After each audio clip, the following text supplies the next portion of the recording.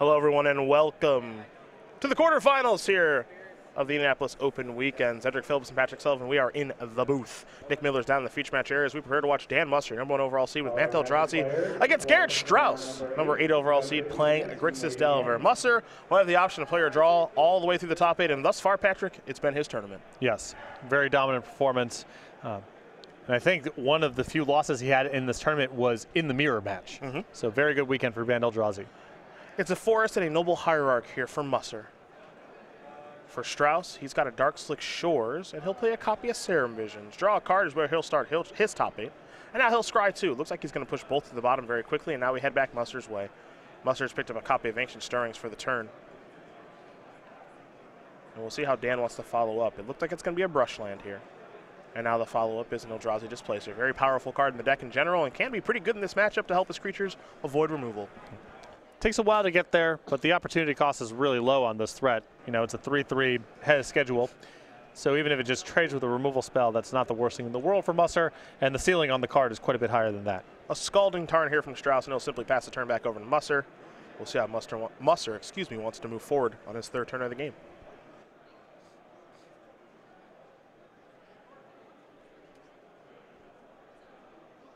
It's an attack here for 4.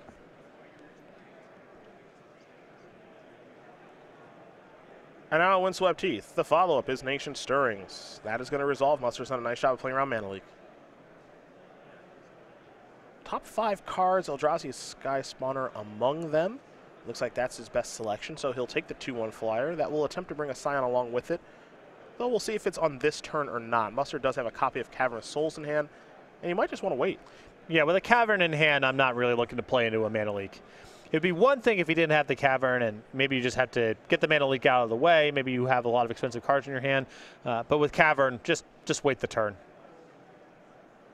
Strause going to search up a Steam Vents. And I spoke a little bit about part of the reason I think this matchup is challenging for Strause is his reactive cards don't always line up the right way. You know, you have Fatal Pushes and Lightning Bolts, and a lot of Musser's threats are outside the range of that. Cavern of Souls trumping Mana Leak is part of that too, and Strause has to pick a turn to commit to leave the Mana Leak up before he even knows if the Cavern's there. This is a Delver of Secrets. Strause had to take 2 just to play that Blood Crypt untapped. And this is an enormous cost here. He's now, you know, his turn 2 wasn't very efficient at all. He just sat on the Mana Leak and nothing happened. Now on turn 3, he's again stunted his development a little bit and had to play a Ravnica dual land untapped to again leave up this Mana Leak. So Cavern of Souls here is going to be very problematic for Strause, not only because his Mana Leak doesn't work, but the lost tempo in trying to get this Mana Leak to trade with something. A basic plans here from Musser is what he searches up with the Windswept Teeth. Now he'll activate the Displacer to blink out, but more importantly, tap the Delver of Secrets. Now Musser will untap. Remember, deck lists are public when you get to the top 8. So Musser aware that Strause has 3 main deck copies of Mana Leak, and Strause clearly playing the Steam Vents untapped, or the Blood Crypt rather, making a big commitment to try to make this happen. And the Cavern of Souls just does such a nice job of just blowing this up. Now, Musser's going to start things off with an Ancient Stirrings. And you can just see with the way Musser has played this game thus far, as there's the 5th card for Ancient Stirrings, Eldrazi Displacer among those 5, that he is very purposely playing around Mana Leak. And you can see, you know, Musser doesn't want to play the Cavern straight away. 1, because he's got the 3 mana up. And 2, if you show the Cavern first, he might Mana Leak the Ancient Stirrings just to try to swallow off your turn and get off the hook of keeping this Mana Leak up. It's another attack here for 4. And now there's the Cavern, predictably naming Eldrazi. Or maybe if you show the Cavern, he instead uses his turn casting a removal spell rather than leaving up the Mana Leak. Now here's Snapcaster Mage, and he's just got to get that on the battlefield because Strause has to do something. Delver of Secrets is going to transform into Insectile Aberration. Thought Scour the reveal. Now it's in the hand there for Garrett Strause. Another problematic part of the matchup here for Strause. His creatures just pound for pound aren't as good on the battlefield as Musser's. Now Strause has a lot of removal, and if he gets far enough ahead, he can the tricks he can manage with his creatures are quite potent. But if we're just talking about who attacks and blocks better, Musser is ahead by quite a bit. Even Musser's lesser creatures, like Noble Hierarch and Eldrazi Sky Spawner, they provide some stuff. Yeah. Noble Hierarch will do a little bit of mana acceleration and fixing, which this deck could certainly use. The Exalted trigger is no joke. And then Sky Spawner, well, it's 2 bodies. And one of them flies to be able to trade with Delver of Secret / Insectile Aberration. So pretty important cards, and those are his, one could argue, his worst creatures. When we get to Drowner of Hope and Reality Smasher, that's where things get real ugly there for Garrett Strause.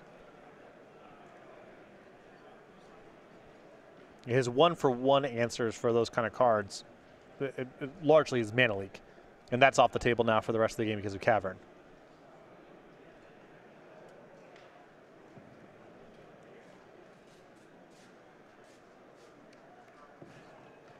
Looks like it might be a Path Exile there on the Insectile Aberration. Let's see what this is here for Strause. It'll be a Thought Scour. He'll target himself. So 1 and 2. Grimag Angler, Spell Snare go to the graveyard. The mystery card goes to the hand. Now Path Exile is going to resolve. So Delver of Secrets is exiled. And land will be entering the battlefield here for Garrett in just a moment. We'll see which basic he goes with, and it'll be just a basic island. But you can see, and you mentioned it right at the top, how things are just not lining up here for Garrett correctly. Mana Leak he's had basically in the entire game. And he has a Spell Snare in hand that I don't even know if it has anything to counter in the deck. Explosives for 2. I mean, it's basically nothing. Blessed Alliance. Yeah. It's a short list. Yeah, it's a pretty short list. And indeed. he has 3 main deck Spell Snares. Yeah. Here's a double block. You see all the work he has to go through just to get Displacer off the battlefield.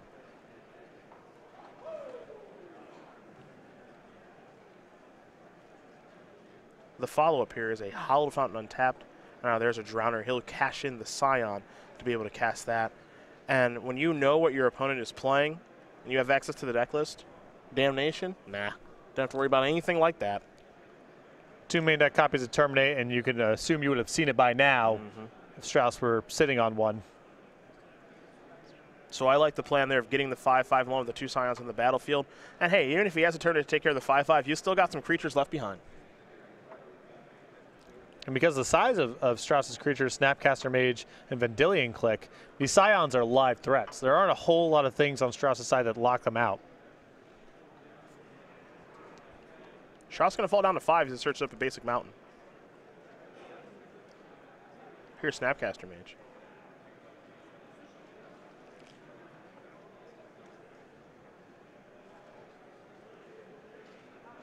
Gonna Thought Scour himself, draw a card. Picked up a copy of Terminate. Okay. That is a start. I don't know if it's going to be good enough, but it's at least a step in the right direction, and Strause is going to pass the turn back over to Musser. And there's another Snapcaster Mage in hand to pair with it, too.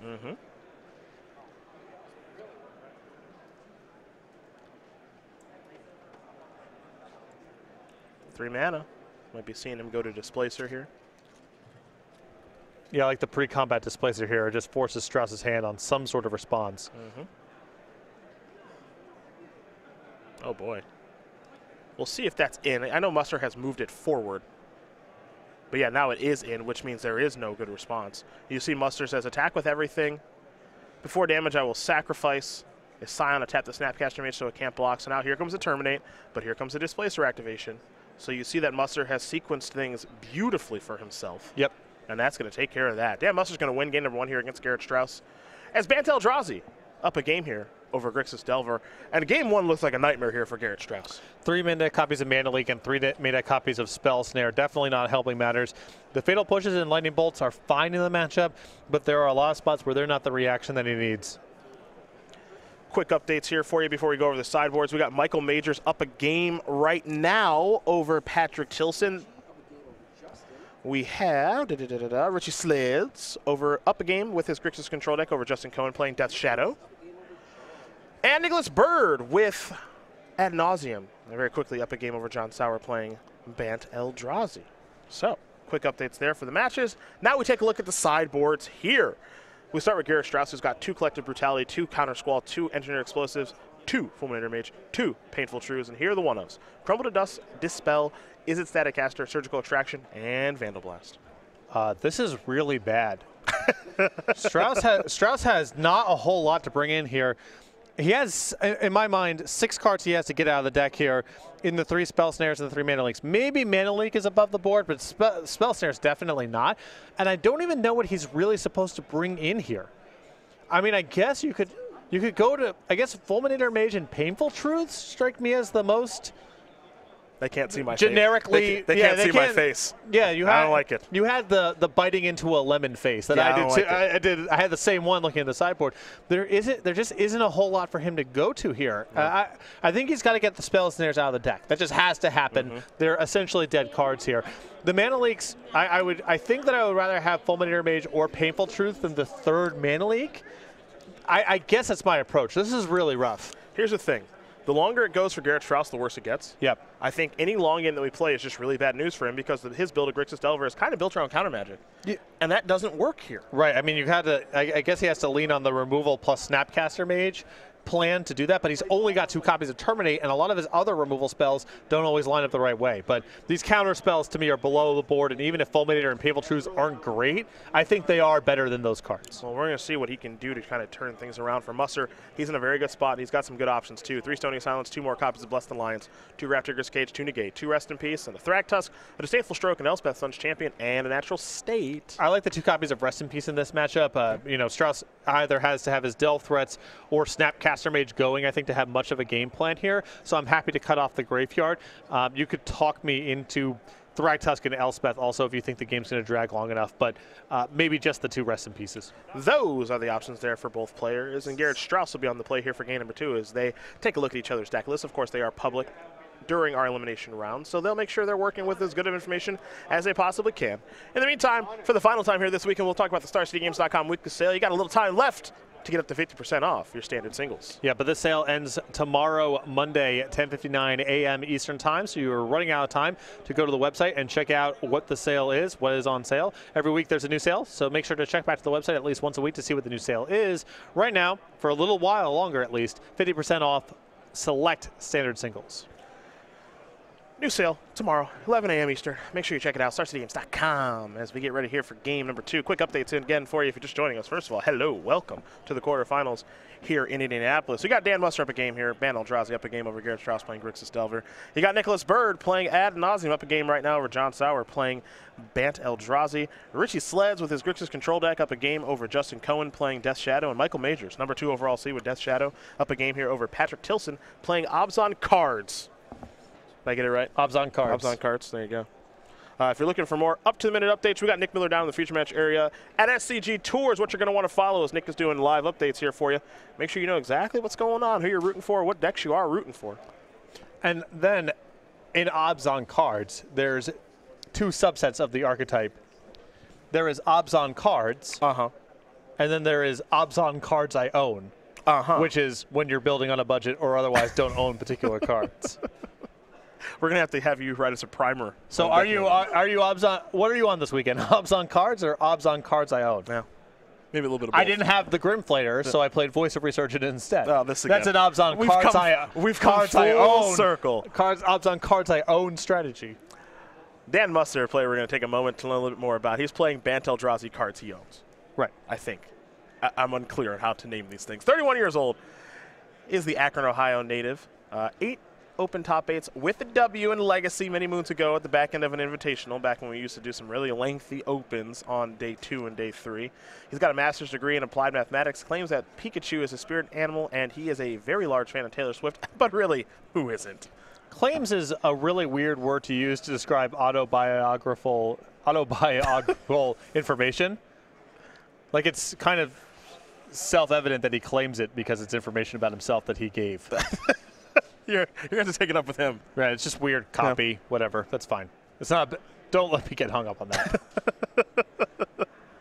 That's the must man. So right my there. first tournament that I won, my first big tournament back in the big by my standards, the only game in town, Hillsborough, New Jersey, 1998 or 99. Mercadian Mask had just come out, and I won $25 in store credit. Oh baby! With that $25 in store credit, I had 2 options that looked appealing to me at the time. One was a giant stuffed Pikachu. The other, a foil Rashadan port. So I tanked on this. Worthy of tanking over. Came out with the Pikachu. Good play. A couple weeks later, the port was $75 in the case. A little more whatever it expensive than 25. Now, I don't know. It's, you know, $1 million. What do you think a foil port's worth nowadays? Huh? 5, 6, I don't know, hundreds and hundreds of dollars. So I've kept the Pikachu with me as a reminder of intellectual humility. Think about things, because you make mistakes all the time. Depends on what your definition of a mistake is. This is going to be painful. You're over at the Star City game. Is it on sale right now? I'm I guess it's standard I'm looking how much it is right now. Just I want to get a good. I want to really make it hurt. Foil? Foil, Mercadian Mask for Schadenport. What was the condition? Near out of a pack. Let's go near mint. That's just $5.99. Okay. That's okay. How much? Well, but more importantly, let me see how much the Pikachu is on Star City. Well, you also have to factor the psychic value of having the Pikachu. That's one thing. You also have to factor in what I would have done at age 17 or 18 with an extra $100. Okay. It probably would have been something destructive. So I may have prevented myself from, you know, but it was a mistake. I checked for Pikachu. It says, we're sorry, there are no results with the name Pikachu in it. Okay. So, well, we'll never know. I can't find the price of it. Could very easily retail north of $600. Like you said, we'll just never know. Yeah. There's nothing you could do. Plus, you know what? I can appreciate you didn't really want to tap anyone's land in their upkeep. No, I owned 4 Rashad Ports. I was the first one in my store to do that. I take that back then.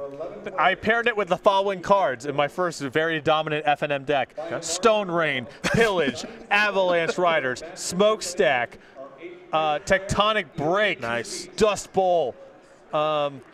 I forgot what the Winkage were. It might have just been Gitu Encampment and Avalanche Rider. I hope you were trying to win with Seismic Mage. One of my favorites. No, I didn't have Seismic Mage.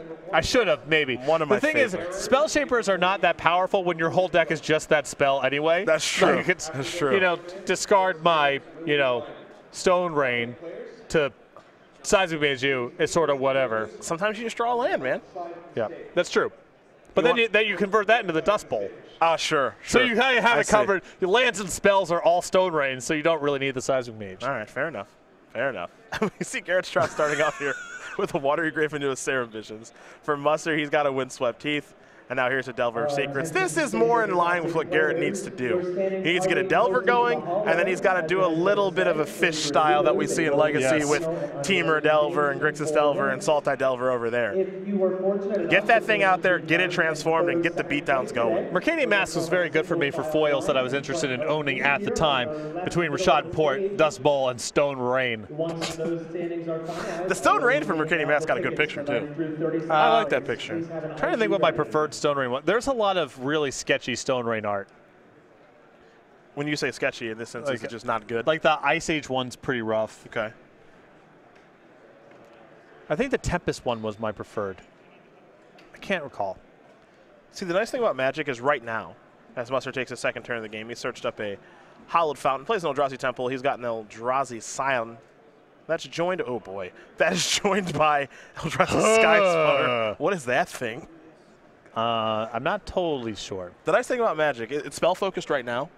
Or excuse me, it's creature-focused right now. But we could just, if that gets a little stale, we could just do the 180. We can go back to spells. We had two copies of Green-Red LD in day 2. Mm-hmm. And I have 4 Alpha Stone Rains ready to go if that deck's ever a reasonable choice for a modern tournament. Make the creatures bad, make the spells busted again. Hello.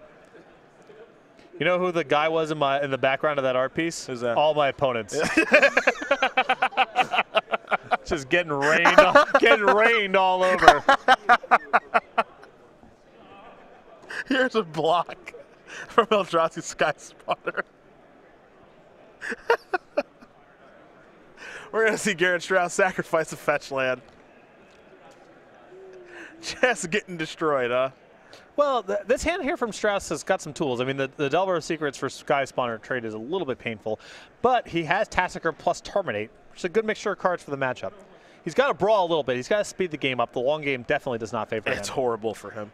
And Tassicker plus Terminate for your one big threat, you could talk yourself into that being a winning recipe. I would not terminate the Scion. I'm inclined to I keep my powder dry on that. No, ooh, no. Whoa. Okay, so we're just Tassickering. That is 5th card.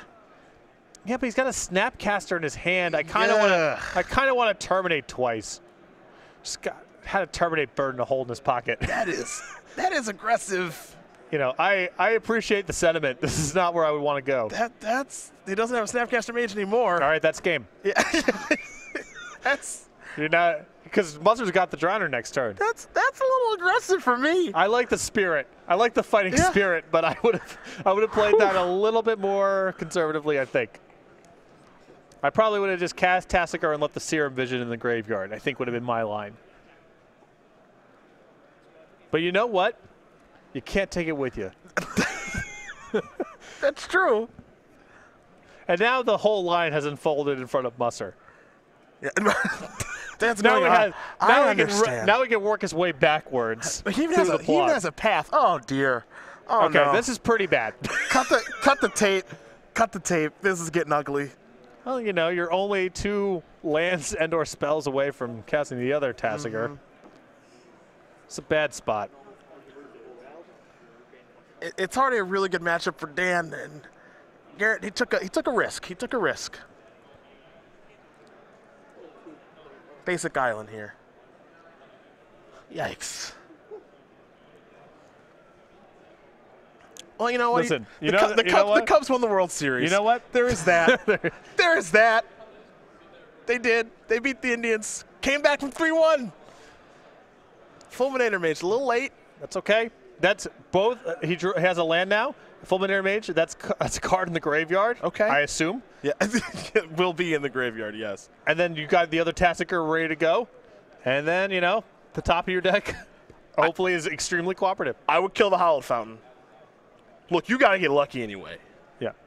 I mean, I'm not letting Musser go to his turn.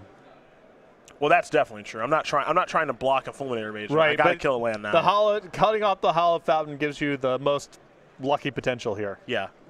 He's going to kill the Temple. I know that Temple looks like the better land generally. I think that we are in full get lucky mode. Right, exactly. So if we got to get lucky, let's get lucky. Here's an attack for 4. Here's a forest. Actually, it's going to be a brush land. And an Eldrazi Sky Spawner. Pass turn back over to Garrett Strause. Garrett will draw. I think it's a Thought Scour? Dope. All right. That's some help for Tasigur. Vendilion Click and a land are going to go to the graveyard, draw a card. Lightning Bolt. That checks the flyer. You got the ground locked up. All right, you're turning it around, aren't you? You're back on board. He's back in, folks. It's back in. There goes the bin.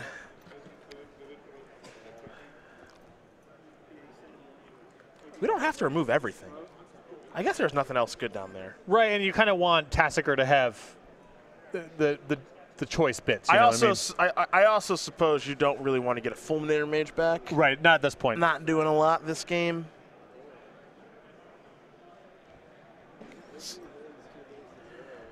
Surfs up, everybody. Richie Sleds 2-0 over Justin Cohen. Grixis Control. On to the semis. Making it look easy. Drowner of Hope in there. Yep.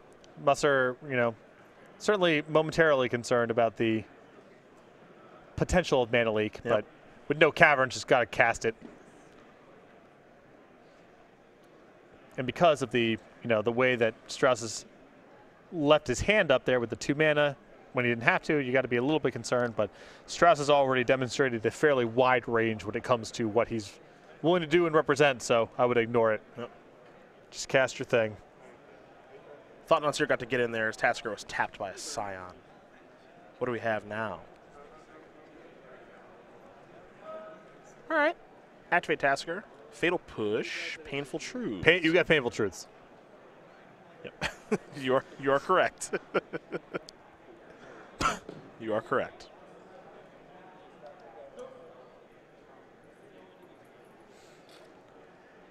Drowner is pretty. Oh, I like this. Yeah. I like this. If you're going to go out, you go out on your own.